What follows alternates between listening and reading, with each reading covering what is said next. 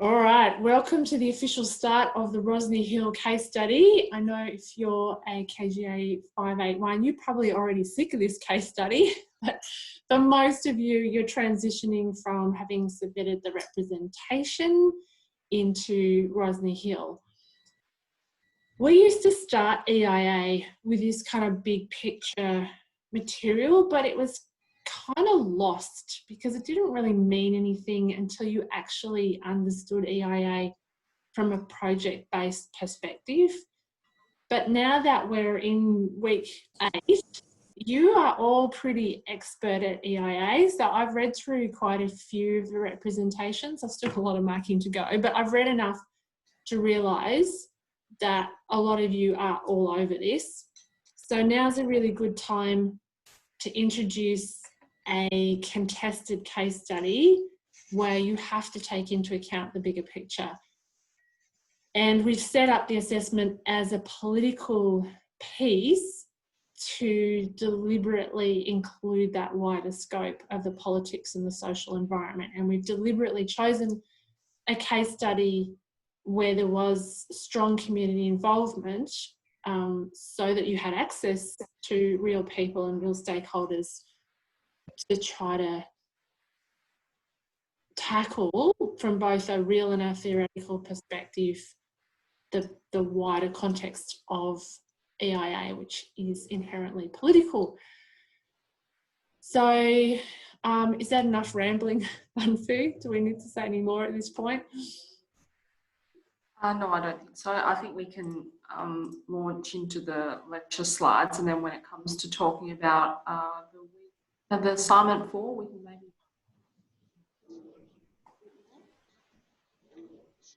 I'll mute and just call on me as needed. So I think what is really important to maybe say up front is that Emma and I had a discussion about how we wanted to run today. And given it, I'm sure you guys are probably a bit zoomed out in terms of the fatigue with online learning, we wanted to make sure that this lecture, well, isn't really a lecture, it's more a workshop with some content that we'll present and then provide you with the opportunity to ask us questions and basically have an open roundtable discussion. Some of the things we will talk about today are potentially contentious, and different people will have their own take on the one thing, and that's fine, and that's what is the basis for good discussion. So we hope that people will unmute and and talk, and if you're not comfortable talking, that please use the chat bar to contribute. So yeah, that's the purpose of today. And the other one is that we do, understanding that 2 hours is a long time to sit in front of the computer, we're hoping to make it a little bit shorter. The first, hopefully the first hour is very much 381, 581 content, and then hopefully the second half is more just for the 581 people to touch base about how you're going with your assignment that you will be presenting to the class next week. So hopefully that's okay with people, and if Emma, you can help me just keep an eye out on the chat bar. But yeah, feel free to just unmute yourself and butt in, because I think that's actually probably better than typing sometimes if you can just talk. So what I'll do is I'll present my screen. So basically the outline of today is that I'll be touching upon the major projects legislation. So that was something that I know a couple of people have been asking. So while it's still very much in the process of, in the legislative process of actually getting endorsed and formally, I guess implemented, there are a lot of things that we can talk about now and the potential implications of projects such as Rosny Hill. So I'll be kind of going through the process with you just so that you can have an idea of it. I understand that it's very much a planning thing. So particularly for those who don't have a planning background, it can be quite overwhelming. So that's the purpose of that. And then we'll go through assignment 4. So Emma will talk to our expectations for that and how we hope that you will approach the task.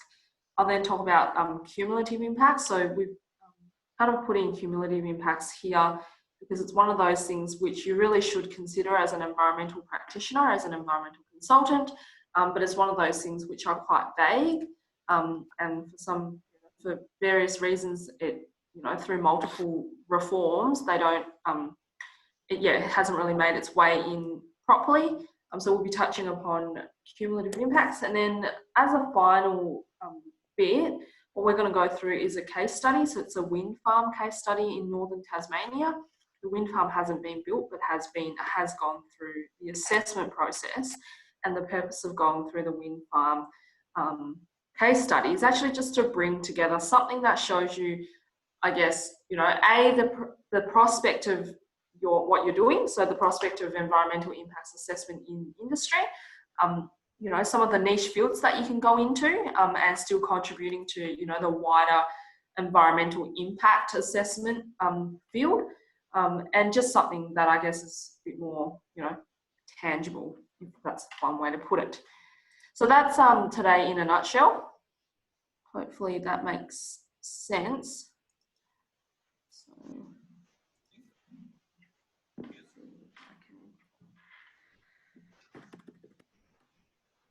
cool. Assume everyone can see my screen. Please yell out if you can't. So Emma asked me to talk about the major projects legislation just because it is one of those things where various people have discussed or have raised it as a concern. And I'm aware that there are a lot of media coverage, you know, particularly in the last month, there was a lot of media coverage about the process. And, you know, dare I say, a lot of it is a very negative portrayal of the process.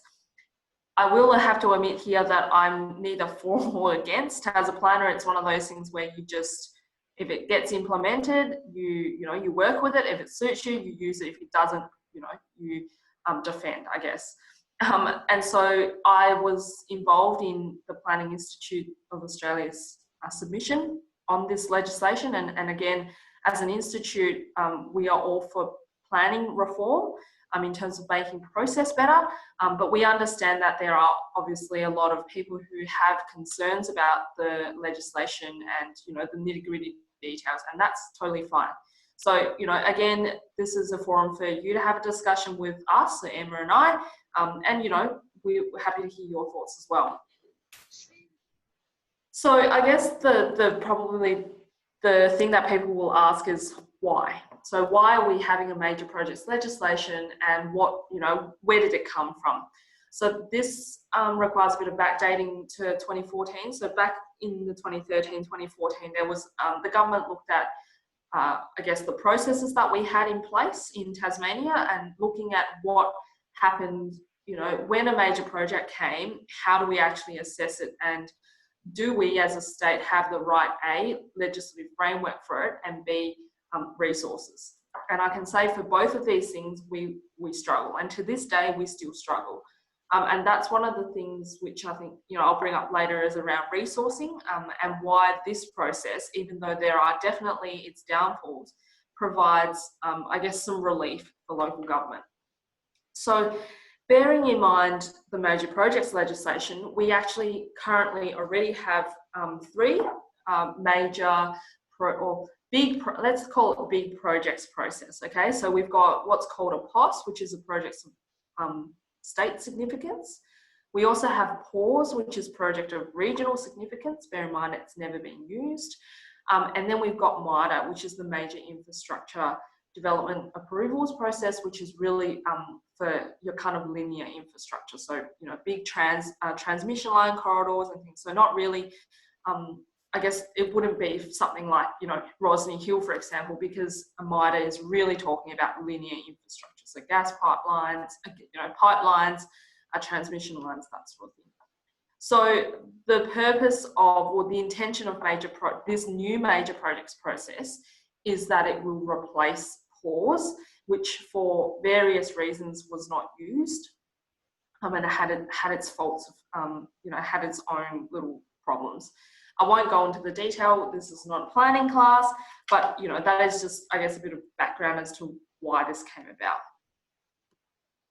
Emma, just jump in if there's any questions that come up that are relatable, because I can't see the chat at all. Yeah, we'll do. That's me typing in the chat, just for anybody who isn't familiar with a POS. We love our, she's gone on mute. Yeah, sorry, I just hit the space bar because I'm excited about this. So I'll just use the chat to sometimes write Yep. out, because we are, as planners who use this all the time, we know that sometimes we say things that are completely incomprehensible. So write in the chat if you want me to explain rather than unmute. Again, Right, sorry, we do make up a lot of new words in our day-to-day lives. But it is better for the recording if you do unmute. So just to reiterate what Bumfu said, please be brave and unmute and ask questions. Just jump in and be like, excuse me, I did not understand that. I'm definitely not going to take that as offensive. So please jump in and ask questions. So what I thought I'll do today is to give you a breakdown, I guess, of the process. And so that you guys, potentially once you're actually practicing as an environmental consultant, this might be something that you actually have to face. And you have to provide input, whether it's as a consultant, as an expert witness, or you even might be called onto the panel, who knows.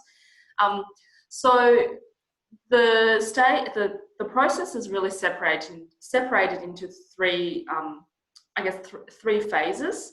And it's the eligibility stage, the preliminary assessments phase, and the final assessment phase.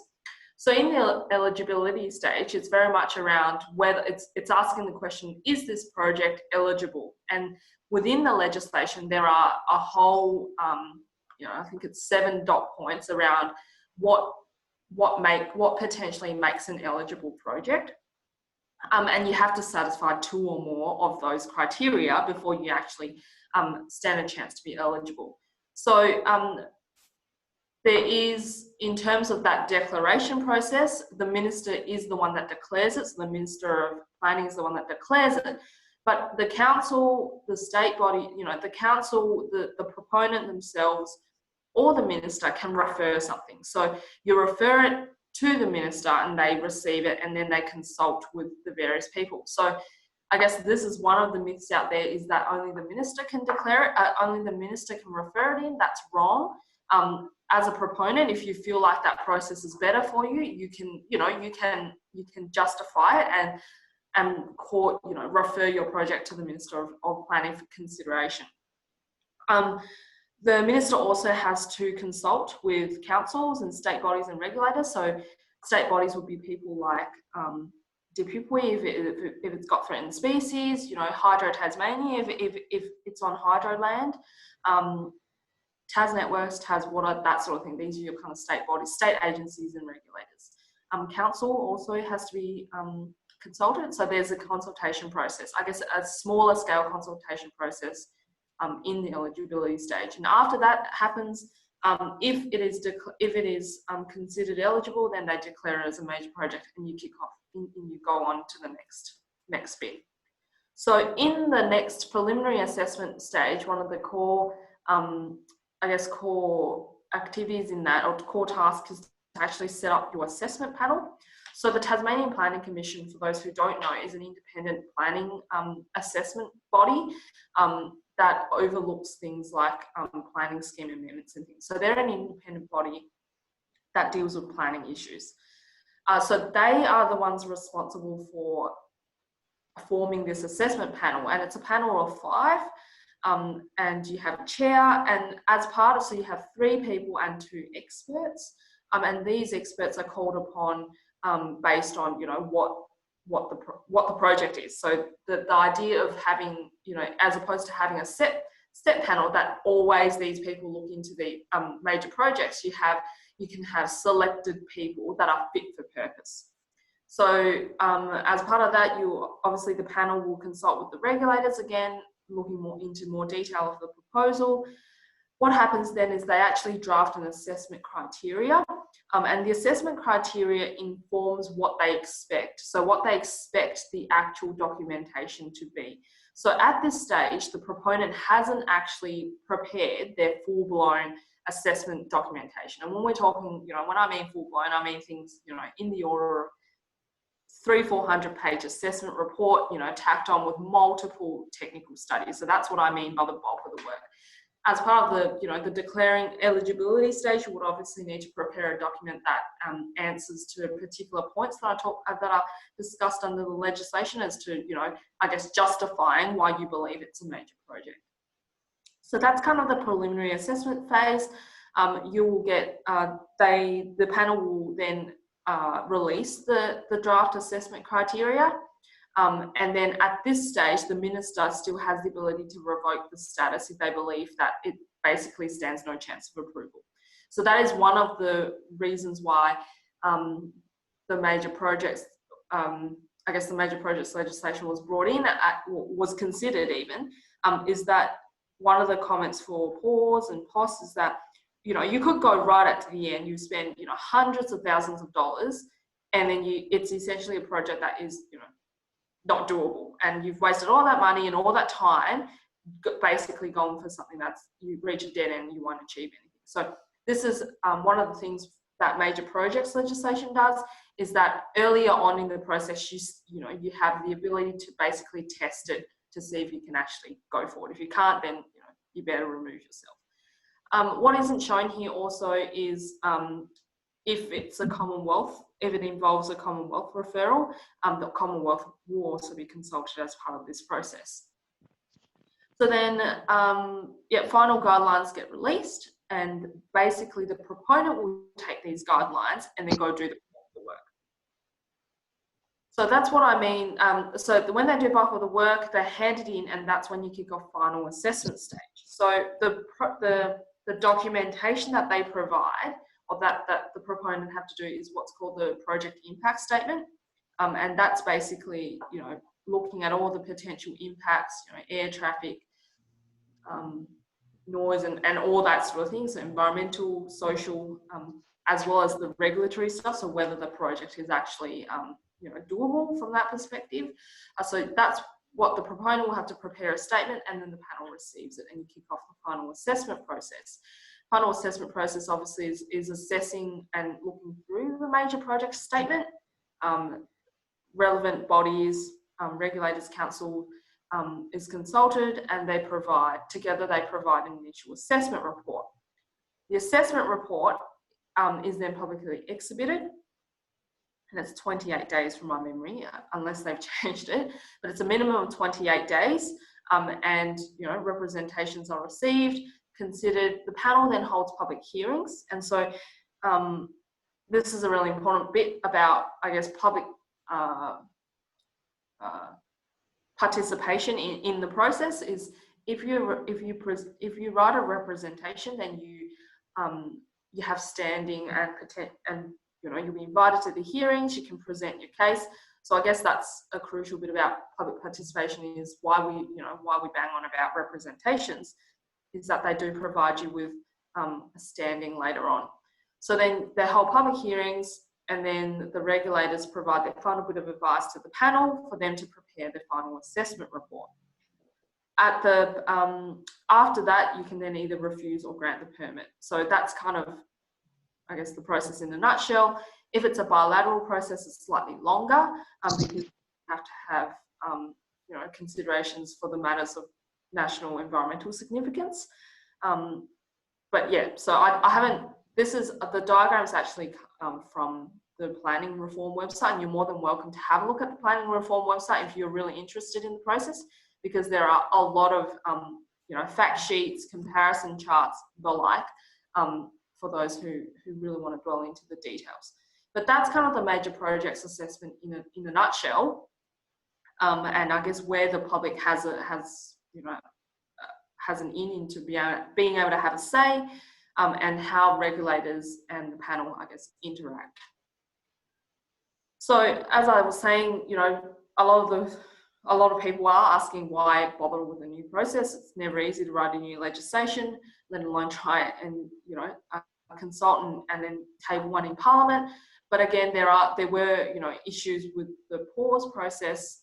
It was never used because it didn't function properly as a process. It didn't really bridge the you know, the major projects. So the idea was that you had a state significant project with pause, a POS, and then you would have, you know, those ones of regional significance would go under pause, but it didn't really work that way.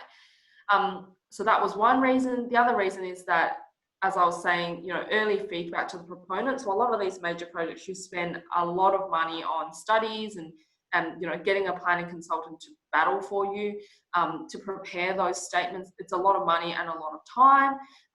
And, you know, for Tasmania, where you know, planning and environmental consultants are already, a lot of them are at capacity, and definitely for the panel as well, you know, it really isn't cool to carry all the way to the end if it was something that, you know, wasn't really going to be achievable. The other thing was more clarification on timeframes. So it kind of links to the second point as well, allows proponents to forward plan for their projects. So under the major projects legislation, there's better guidance as to the timeframes that each step has. And of course, you can be stopped anytime for, you know, further information requests, but at least you've got an idea of how long the process could take.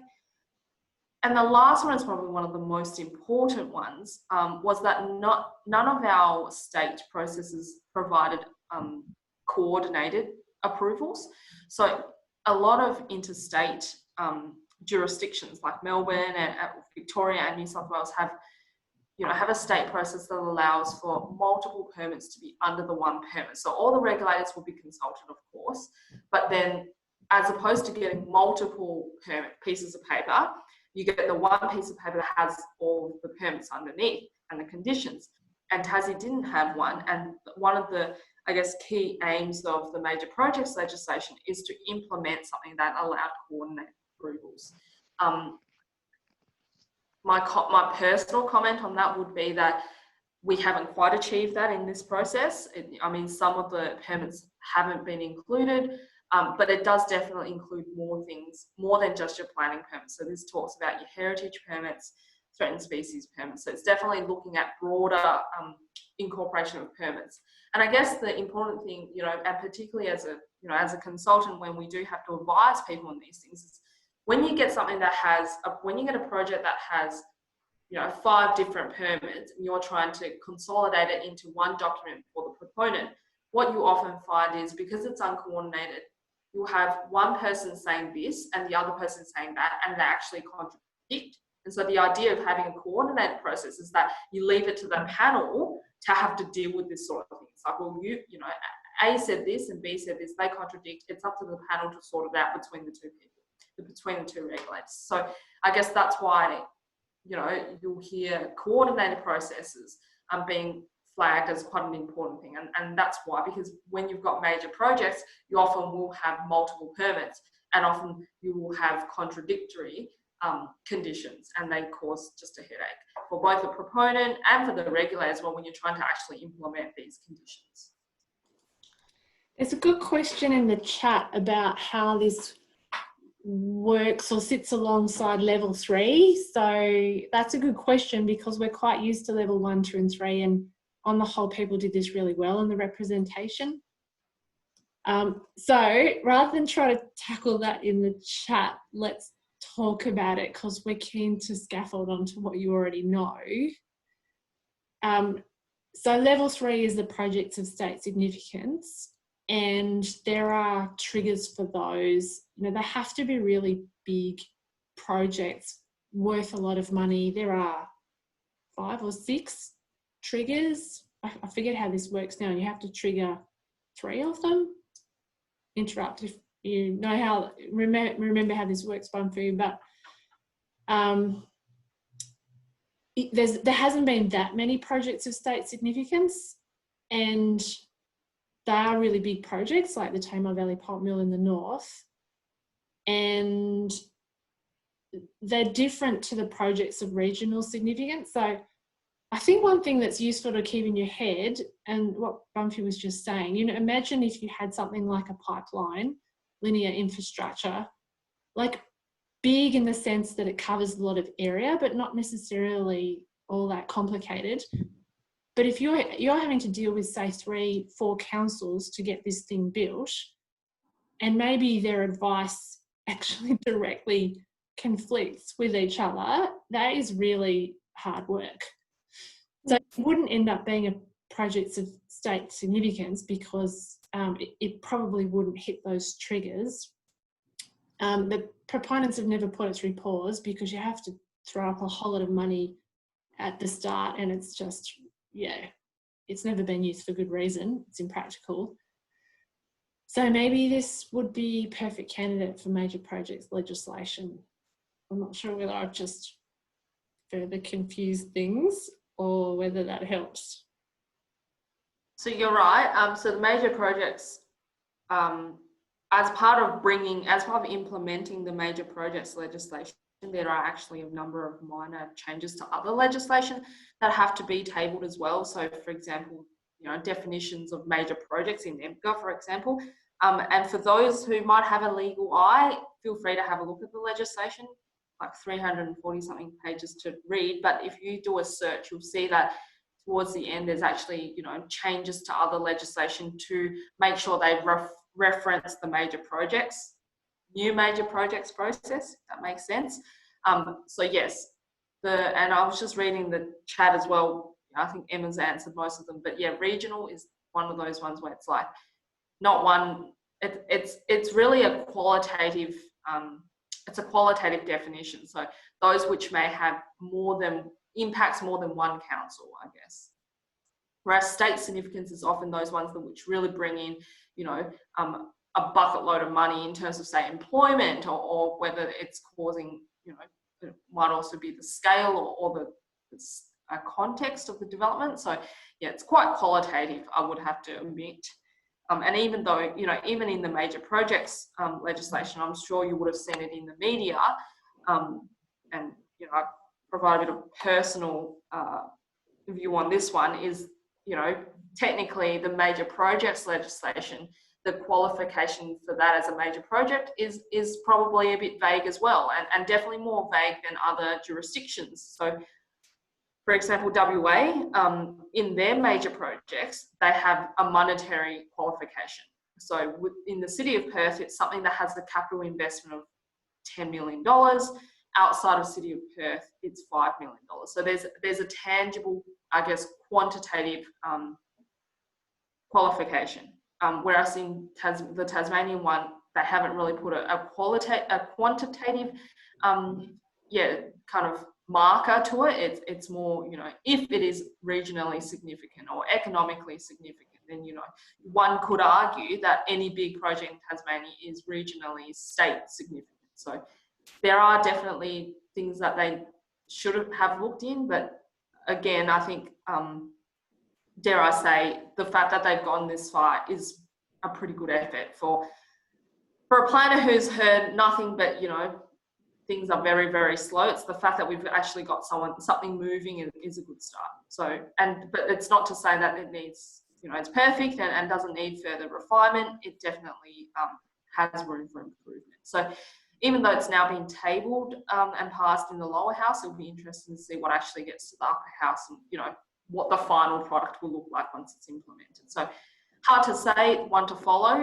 if I was you, and definitely one that touches both planners and environmental consultants. There's two really good questions in the chat. Scott, you are the best question asker. The idea of the statewide planning scheme was to try to reduce the conflicts between councils, and this is a really good point. It is supposed to make things easier, and plenty of planners are relieved that some of the historical mismatches between council planning schemes are being removed. My take on this is that because on top of the state provisions, there's local provisions, and this is the process that we're almost at the end of now, there still could be quite a lot of difficulty in getting it through each local government area as a separate deal for each place because of the local provisions. So it's probably still enough incentive for major projects to be needed and used. But whether the legislation actually ends up getting there and being useful, or whether it's like projects of regional significance and nobody uses it. That's it, yeah. It's one of those ones where, we'd love to be able to provide you with some certainty, but it's one that we watch carefully as well. And both Emma and I sit on the Policy and Advocacy Subcommittee for the Planning Institute, and it's one that we follow with interest as to what actually happens at the end of this. And I'll say that the Bridgewater Bridge, for example, will be the first project that that, you know, gets used. And that one's classic. It actually intervenes 3 local governments and state, a body of water that's managed and owned by the state. So, you know, multiple different regulators to work with. But, you know, I'd love to give an answer, but don't have one. We'll have to wait and see. But yes, with regard to the statewide planning scheme, as someone who used to work across, I think I made a list, 26 out of 29 planning schemes. It's quite frustrating that they just have some minor little differences, which, you know, why is it that this, you know, you'd be bored at adjacent councils, this one considers this thing and this one doesn't consider that thing. So it's it's trying to fix up these historical mismatches. And that was the idea of the statewide planning scheme. It doesn't, I guess the major projects is kind of one level up in that respect. The major projects would have to consider the planning scheme, and whether that is the interim planning scheme or the Tasmanian planning scheme, they still would have to consider it. And like Emma said, we're currently going through the transition process, which is the local provision schedules, LPSs, and they're basically, you know, you have state provisions which apply blanket to the state, but then every council would have these small, you know, have, I guess, their own needs, and that's what the LPSs are picking up, their own individual needs. Just trying to put myself in everybody's position now that we're 30 minutes in. There's probably a few people thinking, what the heck has this got to do with Rosny Hill? So the idea of introducing this wider context here is that when you write your ministerial brief and you're informing the minister about where Rosny Hill sits in not only the environmental but the political and social landscape, you can mention major projects. It's a thing. You can report on the status when you get to submit, because this is a live thing. And it shows us that you understand. The other really good question in the chat that is worth answering out loud is, so we have local projects, regional projects, state significance projects. Are there national and international significance projects? Kind of. This is where the EPBC Act and matters of national significance fit in. So it's a process that doesn't it sits alongside everything else. And so you're developing, well, Rosny Hill, if you find a nationally listed species there, I'm choosing my words really carefully here because anyway, then that's a process that sits alongside, and basically all of those matters of national environmental significance are international obligations that Australia has. And so you might remember back earlier, the dams case came up. The national government was able to intervene because Australia had obligations that meant that they could step in. So it's a bit weird, but we've got these 9 things that the national government has a say in that are in turn international. So I know that this is complicated. I do also know from representations that most of you have your head around this, and it does take most of the semester to do that. And hopefully from here on, it's a reiteration of what you already know, just with a couple of extra things added in. You already know about national obligations, EPBC process. Major projects is just this current thing that's happening now. Don't worry about projects of state significance, level 3s. I wouldn't be worrying if I was you. No. And again, like Emma said, the reason we are bringing up major projects is we have had multiple people ask about it, potentially thinking about their ministerial brief. So knowing that generally you won't roll through 300 pages of legislation, we thought we'll give you a brief rundown as to what the implications might be, and allow you probably to catch on to some of the news that are, you know, in the paper every now and then. So just moving on quickly, I'm kind of aware of the time. I did mention about Can I just ask a question? Yeah. Sorry, I just wanted to ask it out loud. Yeah, go for it. Hi. I just wanted to ask about if there's changes to the capacity for public appeal under this new planning setup, and is that changing? I know it's sort of brought up a lot in the media, but functionally from your perspective, is there a change in that level? Good question, and yeah, thanks Kat for the question. Yes, it's public appeal and I guess the ability for the public to have their final say, if that's the way to put it, has definitely been brought up. The way I'll see it is, so you do have an input, so the public is again, if you submit a representation, then you stand a chance at actually, having a standing at the hearing, and where you can present your views, and whether that's yourself or you find someone to represent you. The thing that people have been saying is, why do we not have a third party's appeal process? So after the permit's been released, why can't we then appeal the process, like some of your standard planning thing?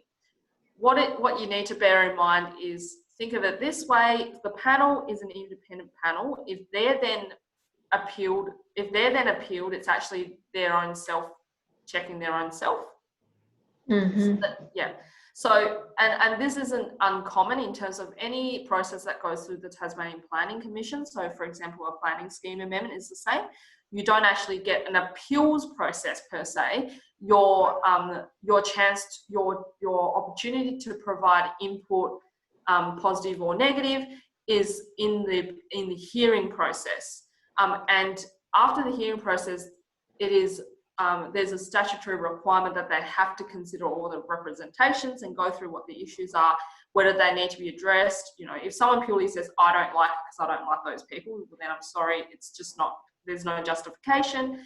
But if there are justification, they do have to demonstrate that they have considered it, whether it's, for example, applying a condition or actually asking the proponent, for example, to revise a design.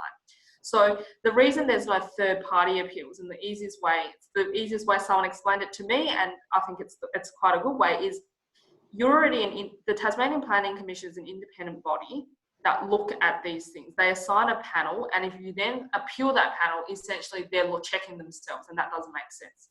So what happens is you can take it to appeal. It's called judicial review. So it's actually going to the court and asking the court to look at the thing back from day dot.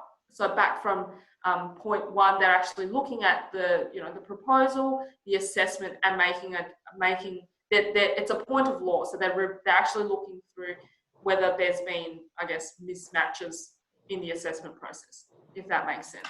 So I know that people have banged on about the no third party appeal, but from a planner's perspective, it doesn't not make sense, because it's already seen in planning scheme amendments where you don't have third party appeals after the permit is granted. You have your chance to provide input before.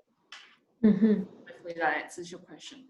And yes, answer to Scott, it's definitely not a like for like, but it's a replacement process in terms of that you won't see pause around if this gets implemented. Hopefully that answers your question. Good one. So, wary of the time, I'm just going to touch upon these two things around the merit, and these are probably quite practical. So one of them is that, as I've mentioned before, we don't have a coordinated process, and that does have implications around conditions and also repeated rounds of public consultation. So not only is there a thing called consultation fatigue, but also that you do, for the public to try and make sense of quite complicated information is an unfair ask. And the whole purpose of having the major projects, I guess a major projects process, is to have that coordinated exhibition as well of documents. The other one that is really real in Tasmania is local governments are very, very under-resourced. And so day to day, a lot of councils in the regional areas share resource. So for example, Latrobe and Kentish share planners. And, these people are already at capacity doing their day-to-day planning and making sure everything's, on track for, the timeframes they have to meet for your standard DAs. So imagine coming in with this, out of the blue, let's say hydrogen facility, okay, that nobody even knows you know, no one's had to deal with a hydrogen facility, and yet they've still got to balance their day-to-day work while trying to look at that. So that is one of the things, is local governments being really under-resourced. You know, it's not fair on them to have to look at the proposal, but B, it's also not fair on the proponent having, I guess, underskilled staff, and that's definitely not at their fault. There are complicated planning. You know, there's expert matters for a reason, and they're there. You know, they should be able to be called in to then look at the project outside of the day-to-day business as usual stuff. And the other issue with Tasmania is, you know, a lot of councils don't have a lot of money, and even though they might want to call in an expert planner to look at it, they may not be able to do so. So that's kind of, I guess, a real struggle, if I can put it that way. Look, I'm going to leave this for you to have a look at yourself as well. One of the things I do want to point out is a lot of people say this is a fast-tracking process. I actually did the maths before they released a fact sheet and went through the legislation and counted the days. And the actual statutory timeframes themselves is 349 days. That's outside of the time that you need to prepare the documentation. It doesn't consider time, you know, to stop the clock if there was additional information required. So I'll let you make your own judgment as to whether this is really a fast track process, but I just wanted to put it out there that it's actually not short. And I've just, made the other points. I think I've said the other 2 points kind of throughout what I was saying. So that's enough major projects. Took a bit longer than I expected, but there were some good questions, and hopefully that clears up the process for people who might be interested, but, you know, have found it quite tiring and probably quite, brain boggling to actually go through the bits and pieces of the legislation. Particularly those who intend to practice in Tasmania, I'm sure this is something you'll need to face because, you know, planning and environmental impacts do not separate in that respect. And some of the most controversial big projects often do intervene into environmental values. So hopefully that was helpful in terms of giving you a rundown of the process. And it'll be interesting to see what actually gets tabled. And you know, if it gets tabled by the end of EIA, have to, you know, go through some of the implications, but we'll wait and see, I guess. So Emma, can I maybe leave the next bit with you? You're going to talk through the ministerial brief. Sure. So we're going to go through this in detail next week, but I'm conscious that the third years have finished the last assessment, so you might be all taking a deep breath, getting on with other things, but just in case you're ready to move on, I will share my screen. I guess I may as well. So I have already put a fair bit of, which one is it? Let me get this right. Screen 3, yes. I have put a fair bit of material up next week in the Milo webpage. Some of it copied and pasted from here, and I've put this document in at least a couple of places. And this is your go-to in terms of what we're asking you to do for 50% of your final mark if you're doing the third year unit, and a quarter of your final mark if you're doing 581. So there's a bit of blah blah at the start. I should acknowledge Danielle here, who helped us put this together, because Danielle's got a lot of experience in state government. She used to write ministerials all the time. She still does. We put together a hypothetical before we realised that we didn't need to do that, because Minister Yench is the Minister for Environment and Parks, Aboriginal Affairs and for Planning, which is absolutely perfect for the purposes of Rosny Hill. So we're just going to write to Minister Yench. When a few of us, Mario, Stephanie and Emma, Sloan and I went to see the Friends of Rosny Hill last Monday, they got very excited about this. As you will have noticed, the hearing for Rosny Hill is on pause. I don't know if I'm figuring out what to say here, what's public knowledge and what's not.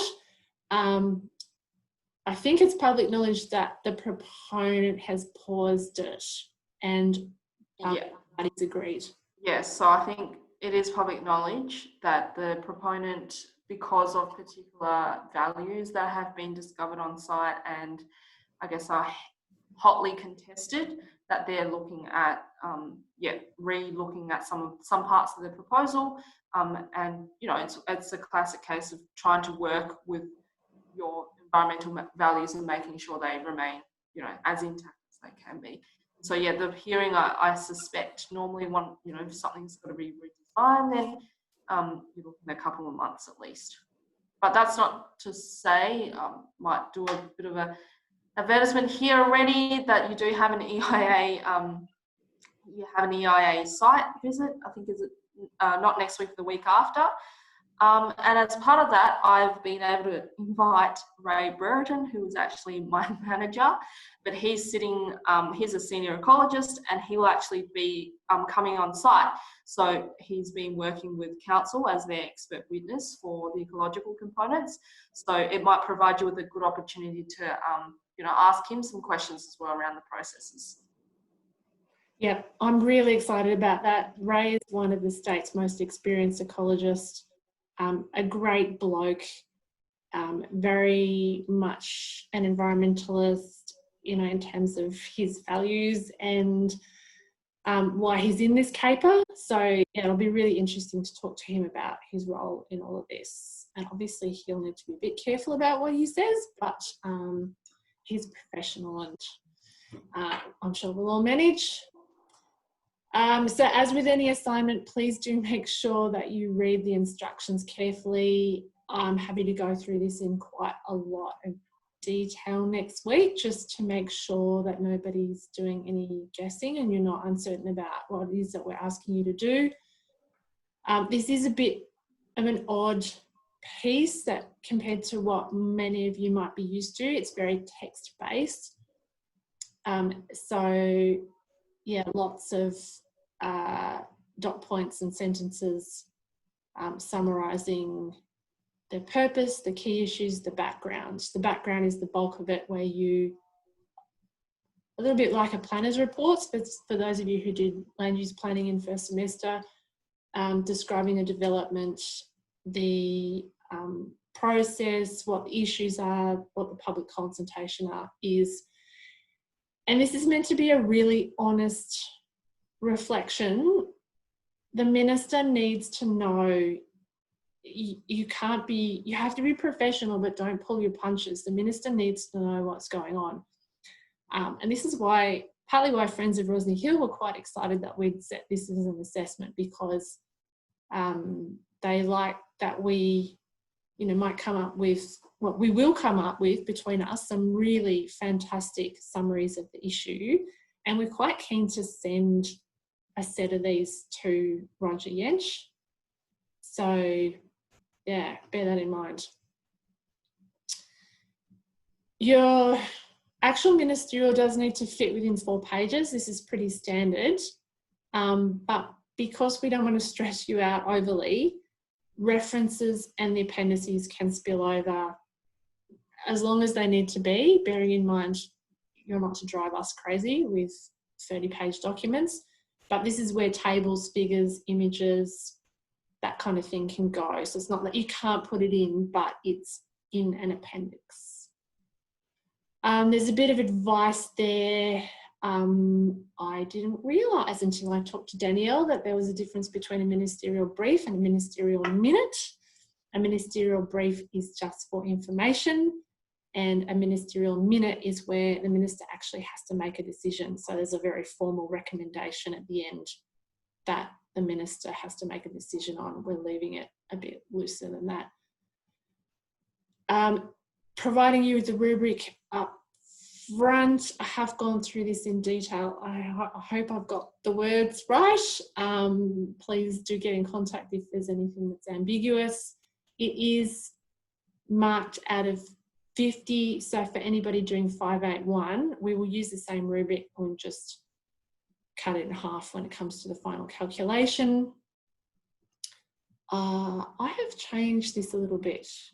because this is the actual template that the state government uses for a ministerial brief, and I didn't overly like it for our purposes. I wanted to make it clearer for you to have your name at the front. So I've actually used a Queensland template. So yeah, your actual document will look slightly different to this, but I think week 9 has a complete set of information.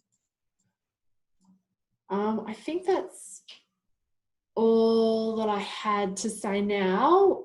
We will have lots of time next week because we've got the 581 people presenting what they found out about Rosny Hill. And yeah, so we should have heaps of time to go through this. There'll be no new content apart from just making sure that you understand the assessment and you know where you need to be going with Rosny Hill. Anything else that people want me to address at this point before we keep going with cumulative impact? Again, something that you can mention in your ministerial brief as part of the bigger picture of what might be missing from project-based EIA on Rosny Hill.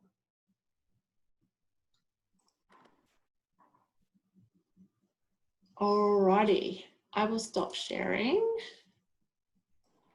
Oh, and bearing in mind the time and the promise I made around a shorter class, there are some bits of this that I might skip over because some of the slides are quite detailed in terms of you probably be able to read it in your own time and ask questions if there need to be. But yeah, I just kind of wary that it's towards the end of semester.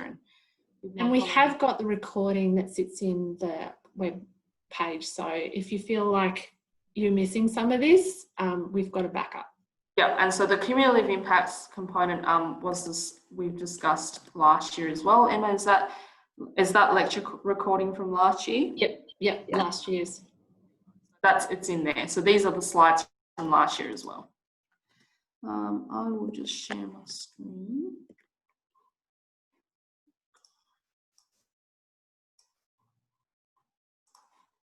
Cool. So as I've mentioned, cumulative impacts is one of those things which should be better discussed, but isn't.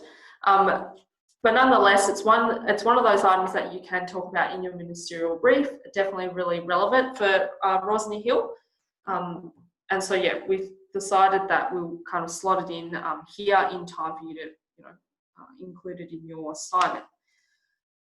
So the concept of cumulative is stop the recording and start it again, just to separate these two bits. Sure. So you're paying the